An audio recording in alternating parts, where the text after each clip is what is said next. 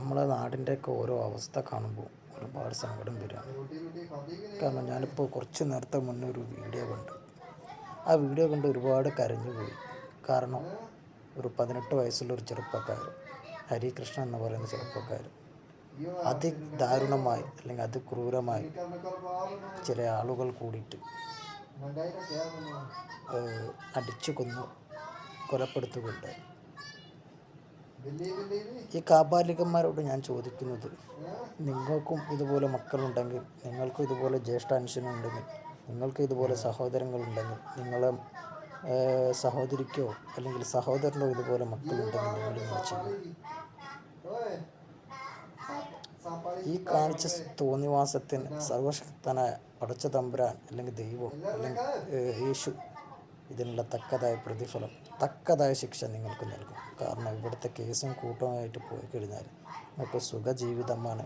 ആഴ്ചയിൽ പരോളാണ്. ചിക്കനും മട്ടനും ബീഫും കിട്ടുന്നത് കൊണ്ടൊക്കെ ഇത്തരം കാര്യങ്ങളൊക്കെ പ്രവർത്തിക്കാനൊക്കെ നിങ്ങൾക്ക് തോന്നും. പക്ഷെ ചെയ്ത കാര്യങ്ങൾ ഒരിക്കലും മനഃസാക്ഷിക്ക് നിരക്കുന്നതാണെന്ന് ഒരു വ്യക്തിയും പറയില്ല. കാരണം ക്ഷേത്രോത്സവവുമായി ബന്ധപ്പെട്ടിട്ട് ആ വിദ്യാർത്ഥിയുടെ ജീവനെടുത്തപ്പോൾ ഒരു കുടുംബത്തിൻ്റെ അത്താണിയാണ്, അല്ലെങ്കിൽ ഒരു അച്ഛൻ്റെയും അമ്മേൻ്റെയും ആശ്രയമാണ് നിങ്ങൾ ഇല്ലാതാക്കിയെന്നുള്ള ബോധ്യം നിങ്ങൾക്ക് വേണം. ഇതുപോലെ തന്നെയായിരിക്കും നിങ്ങളുടെ മക്കൾക്കും ഈ അവസ്ഥ വരുന്നതെങ്കിൽ നിങ്ങളൊന്ന് ചിന്തിച്ചു നോക്കുക. 5-8 കള്ളിൻ്റെ പുറത്ത്, ഒരു ലഹരിയുടെ പുറത്ത് നിങ്ങൾ കാണിക്കുന്ന ഈ തോന്നിവാസത്തെ, നിങ്ങൾ കാണിക്കുന്ന ഈ പേക്കൂത്തിനെ അതിനൊന്നും അംഗീകരിച്ചു കൊടുക്കാൻ പറ്റില്ല. കാരണം ഉത്സവവുമായി ബന്ധപ്പെട്ടിട്ട് പല പ്രശ്നങ്ങളും ഉണ്ടാവും, സ്വാഭാവികമാണ്. പക്ഷേ അതിൽ ഒരു കലാശത്തിലേക്കോ ഒരു കൊലപാതകത്തിലേക്കോ നടക്കണമെങ്കിൽ ഇത് മുൻകൂട്ടി ചെയ്തിട്ടോ അല്ലെങ്കിൽ അത്തരം കാര്യങ്ങളിൽ നിങ്ങൾ സജീവമാണെന്നാണ് ഈ പ്രവർത്തകർ, അതായത് ഈ അടിച്ചു കൊന്ന പ്രവർത്തകർ കാണിക്കുന്നതെന്ന്. അതാണ് നിങ്ങളുടെ മൈൻഡ് സെറ്റ് എന്ന് പറയുന്നത്. അതാണ് നിങ്ങൾക്ക് ചെയ്യേണ്ടത്. അത് ആ വ്യക്തിയെന്നല്ല, ആ കുട്ടിയെ എന്നല്ല, ആരെ വന്നാലും നിങ്ങൾക്ക് കൊല്ലാനുള്ളൊരു മനോഭാവത്തിലാണ് നിങ്ങളവിടെ ചെയ്ത് കൂട്ടിയ പേക്കൂത്തുകളാണ്. കാരണം നമ്മളെല്ലാവരും മനസ്സിലാക്കണം, ഉത്സവം എന്ന് പറഞ്ഞാലും, ഓരോ പള്ളിയിലെ പരിപാടി എന്ന് പറഞ്ഞാലും, ക്രിസ്ത്യൻ പള്ളിയിലെ പരിപാടി എന്ന് പറഞ്ഞാലും, അതൊരു മതത്തിന് വേണ്ടിയാണ് നിങ്ങൾ ചെയ്യുന്നതെങ്കിൽ, മതാനുഷ്ഠിതമാണ് നിങ്ങൾ ചെയ്യുന്നതെങ്കിൽ, അതാണ് നിങ്ങൾ ഉദ്ദേശിക്കുന്നതെങ്കിൽ, നിങ്ങൾ ഒരിക്കലും ചെയ്യാൻ പറ്റാത്ത കാര്യങ്ങളാണ്, അല്ലെങ്കിൽ ചെയ്യാൻ പാടില്ലാത്ത കാര്യങ്ങളാണ്.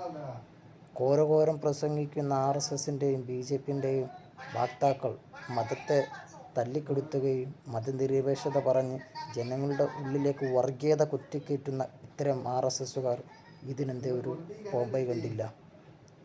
അല്ലെങ്കിൽ ഒരു ഉത്സവവുമായി ബന്ധപ്പെട്ടിട്ട് ക്ഷേത്ര കമ്മിറ്റി ഉണ്ടാവില്ല, ഈ ക്ഷേത്ര കമ്മിറ്റി എന്തുകൊണ്ട് ഇതിനൊരു പോംവഴി കാണുന്നില്ല? ഈ നാട്ടിൽ നിന്നല്ല, നമ്മുടെ നാട്ടിൽ പല സ്ഥലത്തും ഉത്സവങ്ങളിൽ പക വീട്ടാനും മറ്റുള്ളവനെ അടിക്കാനും അല്ലെങ്കിൽ തോന്നിവാസം പറയാനും മാത്രമായിട്ട് ചില ആളുകൾ കണ്ടെത്തുന്നുണ്ട്. എല്ലാ ഉത്സവത്തിൻ്റെ എല്ലാ വ്യക്തിയല്ല ഞാൻ കുറ്റം പറയുന്നത്. ചില ആളുകൾ അതിനായിട്ടുണ്ട്, പക വീട്ടാനായിട്ട് നടക്കുന്നുണ്ട്. അതിപ്പോൾ പള്ളിയിലാണെങ്കിൽ ശരി, അമ്പലത്തിലാണെങ്കിലും ശരി, അതുപോലെ തന്നെ ക്രിസ്ത്യൻ പള്ളിയിലാണെങ്കിൽ ശരി, ഇത്തരം പ്രവണതകൾ കൂടി വരുന്നുണ്ട്. പക്ഷേ ചില കാര്യങ്ങൾ കൊണ്ട് ക്രിസ്ത്യാനികളും മുസ്ലിങ്ങളൊക്കെ ഒറ്റക്കെട്ടായി നിൽക്കുന്നതുകൊണ്ട് ഇങ്ങനത്തെ പ്രവണതകളും കാര്യങ്ങളൊക്കെ വളരെ കുറവാണ്. പക്ഷേ ഹിന്ദുത്വ രാജ്യത്ത്, നമ്മുടെ ഹിന്ദുത്വ ഐഡിയോളജി കൊണ്ട് ഇത്തരം കാര്യങ്ങളൊക്കെ കൂടുതലാണ്. കാരണം കള്ളും കുടിച്ച് വന്നിട്ട് തോന്നിവാസം ചെയ്യുന്നത് ഉത്സവ പറമ്പിലാണെങ്കിലും ഉത്സവത്തിനാണെങ്കിലും അമ്പലത്തിൻ്റെ ഉള്ളിൽ കയറാതെ തന്നെ പുറത്തുനിന്ന് പല ആളുകളും ഇത്തരം കാര്യങ്ങൾ ചെയ്യുന്നുണ്ട്. അത് ഇസ്ലാമിലുമുണ്ട്, ഇസ്ലാമിലില്ല എന്നല്ല ഞാൻ പറഞ്ഞത്. ക്രിസ്ത്യാനിയിലുമുണ്ട്, ക്രിസ്ത്യാനിയിലില്ല എന്നല്ല ഞാൻ പറയുന്നത്. പക്ഷേ 100-ൽ 99% ഇത് ഹൈന്ദവ മതത്തിലാണ് നടക്കുന്നത്. അതിനെ കൺട്രോൾ ചെയ്യണമെങ്കിൽ ഈ RSSനോ BJPക്കോ കഴിയില്ല. ഇതിൻ്റെ പ്രവർത്തനവുമായി ഈ അമ്പല കമ്മിറ്റി അല്ലെങ്കിൽ അമ്പല ഭാരവാഹികളുണ്ടാവും, അവർക്ക് ഇതിനുള്ള തക്കതായ കാര്യങ്ങൾ ചെയ്യാനും അതിനുള്ള കാര്യങ്ങളൊക്കെ ചെയ്യുള്ളൂ.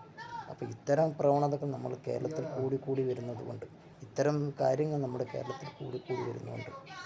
ഒരുപാട് പിഞ്ചു പൈതങ്ങളെയും 18, 19, 20 വയസ്സുള്ള ആൺകുട്ടികളെയും പെൺകുട്ടികളൊക്കെ നമുക്ക് നഷ്ടപ്പെടുന്ന സമയത്ത് നമ്മൾ ചിന്തിക്കേണ്ടതാണ്, എവിടേക്കാണ് നമ്മുടെ നാടിൻ്റെ സഞ്ചാരം, എന്താണ് നമ്മുടെ നാടിൻ്റെ അവസ്ഥ, എന്താണ് നമ്മുടെ നാട്ടിൽ നടന്നുകൊണ്ടിരിക്കുന്നതെന്നൊക്കെ നമ്മളൊക്കെ ചിന്തിച്ച് പോകണം. കാരണം നമുക്കൊക്കെ നമ്മളെ കണ്ണോ അല്ലെങ്കിൽ നമ്മളെ കയ്യോ നമ്മളെന്തെങ്കിലും അല്ലെങ്കിൽ നമ്മളെ ഇഷ്ടപ്പെടുന്ന ആളുകളോ ഒക്കെ നഷ്ടപ്പെടുമ്പോഴേ ഉള്ളൂ നമുക്ക് നമ്മളതായിട്ട് തോന്നുക. പക്ഷേ ഞാൻ പറയുന്നു, ഹിന്ദുവായാലും മുസ്ലിമാനായാലും ക്രിസ്ത്യാനിയായാലും എല്ലാവരും മനുഷ്യനായി കണ്ടിട്ട് നമ്മളൊക്കെ നമ്മുടെ പ്രശ്നമായി കണ്ടിട്ട് പല കാര്യങ്ങളും പ്രതികരിക്കേണ്ടത്. പ്രതികരിച്ചില്ലെങ്കിൽ ഇതുപോലത്തെ ഒരുപാട് സംഭവം കൂടി വരാനേ ചാൻസ് ഉള്ളൂ. ജനങ്ങൾ ചിന്തിക്കുക, ജനങ്ങൾ ഉണരുക. ഒരിക്കലും ഒരു അമ്പലത്തിലെ പ്രശ്നമായിട്ടോ അല്ലെങ്കിൽ ഒരു പള്ളിയിലെ പ്രശ്നമായിട്ടോ ഒരു ക്രിസ്ത്യൻ ചർച്ചിലെ പ്രശ്നമായിട്ടോ കാണാതെ മനുഷ്യൻ്റെ പ്രശ്നമായി കണ്ട് മനുഷ്യനെ സ്നേഹിക്കാൻ വേണ്ടി, മനുഷ്യനെ തലോടാൻ വേണ്ടിയിട്ട് മനുഷ്യൻ്റെ പ്രശ്നമായി കണ്ട് നമ്മളെല്ലാവരും രംഗപ്രവേശനം ചെയ്യുകയും അതിനൊക്കെ നിയമങ്ങൾ നടപ്പിലാക്കുകയൊക്കെ വേണം. പിന്നെ നമ്മുടെ നാട്ടിലെ നിയമം എന്ന് പറഞ്ഞാൽ ഇവന്മാരൊക്കെ ജയിലിൽ കൊണ്ടുപോയിട്ട് തീറ്റിപ്പോറ്റി വളർത്തുന്ന ഒരുപാട് ആളുകളുണ്ടല്ലോ. ആ ഒറ്റക്കയ്യൻ, അതുപോലെ തന്നെ ഒരുപാട് പീഡന കേസിലൊക്കെ പ്രതികൾ, അതുപോലെ തന്നെ കൊലക്കേസിലെ പ്രതികൾ ഒരുപാടെണ്ണമുണ്ട്. നിങ്ങളൊക്കെ എന്ന് വെച്ചാൽ നല്ല മട്ടണും ചിക്കനും ബീഫൊക്കെ കിട്ടുന്ന സമയത്ത് സുഖജീവിതം. ഇപ്പോൾ സാലറിയും പാടി കൂടിയപ്പോൾ, പൈസ പാടി കൂടിയപ്പോൾ, വരുമാനം പാടി കൂടിയപ്പോൾ അതിലേക്ക് ആളുകളെ ആകർഷിക്കുകയാണ്. അപ്പോൾ ഇതിനൊക്കെ അറുതി വരുത്തണമെങ്കിൽ നമ്മളെപ്പോലത്തെ ഓരോ ജനങ്ങളാണ്, ഓരോ സാധാരണക്കാരനാണ് തീരുമാനിക്കേണ്ടത്. കാരണം ക്ഷേത്രത്തിൽ ഞാൻ നേരത്തെ പറഞ്ഞ മാതിരി ക്ഷേത്രോത്സവങ്ങളിൽ പകൽ വീട്ടാനുള്ളതല്ല, അല്ലെങ്കിൽ തല്ലിക്കൊല്ലാനുള്ളതല്ല, അല്ലെങ്കിൽ അവിടെ വേണ്ടത്രയും ചെയ്യാനുള്ളതല്ല എന്ന് വേണം. അതുപോലെ തന്നെ പള്ളിയിലാണെങ്കിലും പക വീട്ടാനുള്ളതല്ല, തല്ലിക്കൊല്ലാനുള്ളതല്ല. അതുപോലെ ക്രിസ്ത്യൻ ചർച്ചിലാണെങ്കിലും ഇതുപോലൊക്കെ തന്നെയാണ് വേണ്ടത്. അതിനൊക്കെ എല്ലാ സംഘടനയുടെയും എല്ലാ മതത്തിൻ്റെ ആളുകൾ ഒറ്റക്കെട്ടായി നിൽക്കുക. ഒറ്റക്കെട്ടായി നിന്നാൽ ഇത്തരം പ്രവണതകളില്ലാതെ നിൽക്കാൻ പറ്റുള്ളൂ. കാരണം ക്ഷേത്രോത്സവം നടത്തണ്ടെന്നോ അല്ലെങ്കിൽ പള്ളിയിലെ പരിപാടി നടത്തണ്ടെന്നോ അല്ലെങ്കിൽ ചർച്ചിലെ പരിപാടി നടത്തണ്ടെന്നൊന്ന് പറയാൻ ഈ ലോകത്ത്, ഈ കേരളത്തിൽ നമ്മൾ ആളുകൾ ആരും ഒന്നുമല്ല. പക്ഷേ എല്ലാം വേണം. പക്ഷെ അതിലെല്ലാം ലിമിറ്റേഷനും കൺട്രോളും കാര്യങ്ങളും വേണം. അതല്ലാതെ പേക്കൂത്തന്മാർക്ക്, തമ്മാടികൾക്ക് അഴിഞ്ഞാടാനുള്ള സ്ഥലമാക്കി കൊടുക്കരുത്. ഇനിയൊരു ഹരികൃഷ്ണനെ നമുക്ക് വേണ്ട എന്നുള്ള ബോധ്യം നമ്മളെല്ലാവരും ക്ഷേത്ര കമ്മിറ്റിൻ്റെ മുന്നിലും അതുപോലെ പള്ളിയുടെ മുന്നിലും ചർച്ചിൻ്റെ മുന്നിലും ഓരോ പരിപാടിക്കും ഇത്തരം ഫ്ലക്സുകളും കാര്യങ്ങളൊക്കെ വെച്ചിട്ട് ലഹരി അല്ലെങ്കിൽ മദ്യം ഉള്ളിൽ ചെന്ന് തമ്മാടിത്തരം ചെയ്യുന്നവരെ കടക്കപ്പുറത്ത് തന്നെ പറയണം. അല്ലെങ്കിൽ അത്തരക്കാരെ നമ്മൾ എഴുതി തള്ളണം. നമ്മളങ്ങനെ പ്രവർത്തിക്കണമെന്ന് വിനീതമായി അപേക്ഷിക്കുകയാണ്. ആ സഹോദരൻ്റെ കുടുംബത്തിന് വേണ്ടിയിട്ട് നമ്മളാൽ കൊണ്ട് കഴിയുന്ന സഹായം ആ വീടുകളിൽ എത്തിച്ചു നൽകണമേ എന്ന് വിനീതമായി അപേക്ഷിക്കുന്നു. അതുപോലെ തന്നെ നമ്മളെല്ലാവരും പ്രാർത്ഥനയിലും ഈ ഹരികൃഷ്ണനെ ഉൾപ്പെടുത്തണമെന്ന് താഴ്മയോടെ അപേക്ഷിക്കുന്നു.